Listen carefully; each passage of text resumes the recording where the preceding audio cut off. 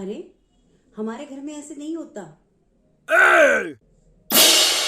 हमारे घर में सब्जी ऐसे नहीं बनती। तुम्हारे घर में होता होगा। सब्जियों में क्या ये डलता है? ऐसे कौन करता है? नमस्कार मेरे साथियों, स्वागत है आपका मन की बात ज्योति के साथ में। आज का जो विषय रहेगा वो इस पर आधारित है कि जैसे कि आपने मेरी पिछली वीडियो में भी देखा होगा कि बहुत सारे लोग जो हैं अपनी अपनी राय रखते हैं, किसी की शक्ल पे, किसी के रंग पे, किसी की सूरत पर। तो ऐसे ही जब कोई लड़की किसी के घर में नई नवेली दुल्हन बनकर जाती है, या आप किसी को पड़ोस में किसी के पास जाते हैं, या किसी के रहन सहन को देखकर अपना एक विषय बना लेते हैं, अपनी एक राय बना लेते हैं, वह क्यों बनती है और क्या वो होनी चाहिए? इसी विषय पर आज हम बातचीत करेंगे मन की बात ज्योति के साथ में।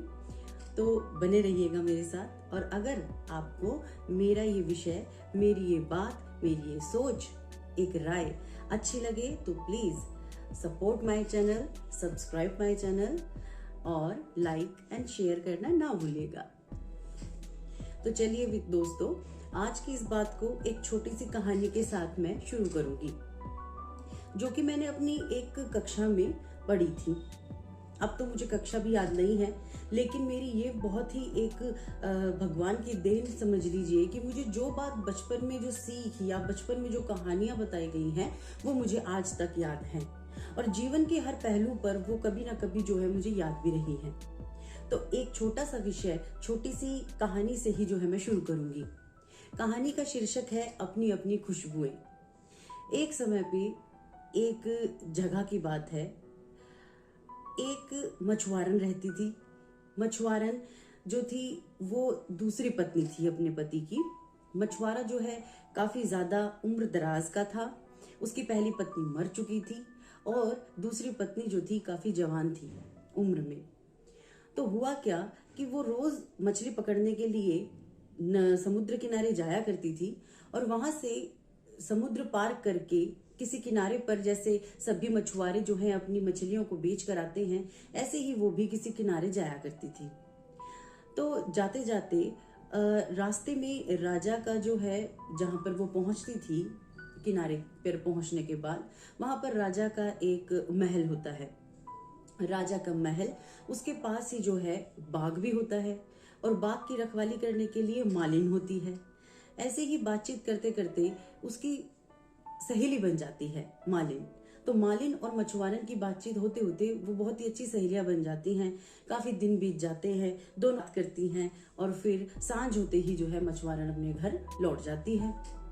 लेकिन दुर्भाग्यवश एक दिन क्या होता है कि मौसम में परिवर्तन होते होते तूफान आ जाता है, और आपको पता ही है कि जब तूफान आ जाता है तो समुद्र में जाना जानलेवा हो सकता है। तो उस दिन मालिन उसको कहती है, मछुआरन को, कि तुम आज की जो रात है, आज का जो ये समा है, आज की जो ये खतरनाक रात है, आज तुम मेरे ही झोपड़ी में बिताओ। अब मालिन जो रहती है वो रहती है अपने बाग में, जहां पर फूलों की बगियां हैं, फल हैं, खुशबू है, खुशबू ही खुशबू से जो है बाग महकता है। और मछुआरन में तो मछली पकड़ने की वजह से बदबू ही बदबू आती है, क्योंकि उसका काम है ये। तो वो मछली पकड़ती है, उसका काम होता है ये, उसमें से बदबू आनी लाजमी है। लेकिन उसको अपनी बदबू खुशबू लगती है। तो होता क्या है कि उस रात मछुआरन को मजबूरी में मालिन के झोपड़ी में ही रुकना पड़ता है। काफी बात वो सोचती है कि कोई क्या कहेगा, मेरे पति पता नहीं मुझे क्या बोलेंगे, ताने मारेंगे, लेकिन मजबूरी थी तो उसको रुकना ही पड़ता है। होता क्या है, अगले दिन सुबह जब वो उठती है तो मन ही मन जो है वो एक बात सोच रही होती है। होता तो ये है कि पूरी रात मछुआरन की जो कपड़ों की, जो उसके बदन में जो मछली की जो खुशबू एक जो बसी हुई थी, उसकी वजह से जो हमें तो बदबू लगेगी अगर हम लोग वहां उनके आसपास में नहीं रहते हैं, लेकिन उसके लिए तो वो खुशबू थी। तो मालिन को उस बदबू में नींद नहीं आई पूरी रात, क्योंकि मछुआरन जो है वो मालिन के कुटिया में ही रुकी हुई थी। और मछुआरन को बाग की खुशबू की वजह से पूरी रात नींद नहीं आई। वो बेचैन रही क्योंकि उसको खुशबू बर्दाश्त नहीं होती थी, वो बदबू में रहने की आदी हो चुकी थी। तो सुबह उठते ही तड़के तड़के वो चली जाती है अपने घर, उठकर भागकर। तो पूरी रात मालिन भी दुखी रहती है क्योंकि उसकी कुटिया में तो मछुआरन की जो बदबू थी मछलियों की वो रमी हुई थी, वो बदबू वो बर्दाश्त नहीं कर पा रही थी। और ऐसे ही जो मछुआरन थी उससे जो है बगिया की खुशबू जो थी वो उसको बदबू के समान लग रही थी, वो उससे बर्दाश्त नहीं हो रही थी।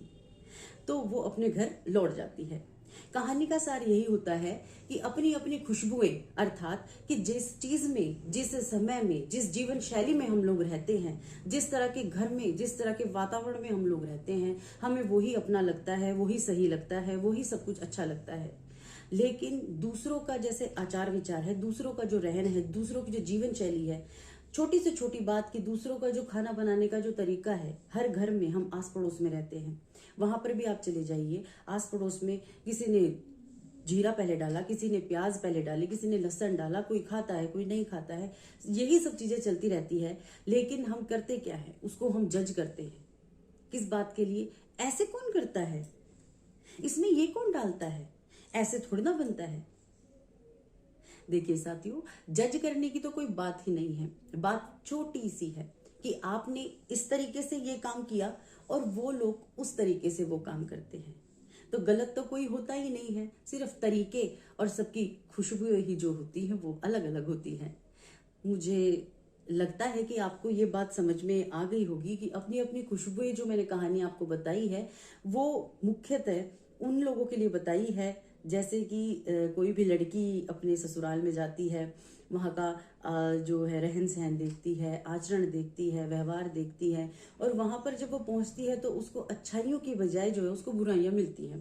साफ बात मैं आपको यही बताती हूँ, उसकी अच्छाइयाँ, बहुत ही अच्छे लोग होते होंगे वो लोग जो ये देखते हैं कि वो इस तरीके से अपनी कार्यशैली को निभाना चाह रही है कि उसको वहां पर जो है एक अच्छाई चाहिए, उसको एक एप्रिसिएशन चाहिए, उसको जो है एक उत्साह चाहिए। क्योंकि जब भी कोई व्यक्ति किसी नए घर में जाता है तो उसका जो वातावरण है वो बिल्कुल एक नया प्राणी है वहां के लिए, कोई भी हुआ चाहे उसमें। तो इसीलिए हमें उसके साथ जो है एक ऐसी मनोवृत्ति रखनी चाहिए जिससे कि हम भी उसको अपनाएं और वो भी हमें अपनाएं। धीरे धीरे करते करते हम अपना लेते हैं, बहुएं अपना लेती हैं उस चीज को। लेकिन होता क्या है, पुराने जमाने में यही होता था कि हमारी जो शादी है वो छोटे ही समय में हो जाती थी, ससुराल की बहुत सारी चीजें जो है हमें सीखने को मिल जाती थी। तो बस यही आज की कहानी थी, यहीं से एक छोटा सा पहलू मैं आप लोगों के आगे रखना चाहती थी। आशा करती हूँ आपको अच्छा लगा हो तो please subscribe my channel, bell icon को जरूर दबाइएगा। धन्यवाद।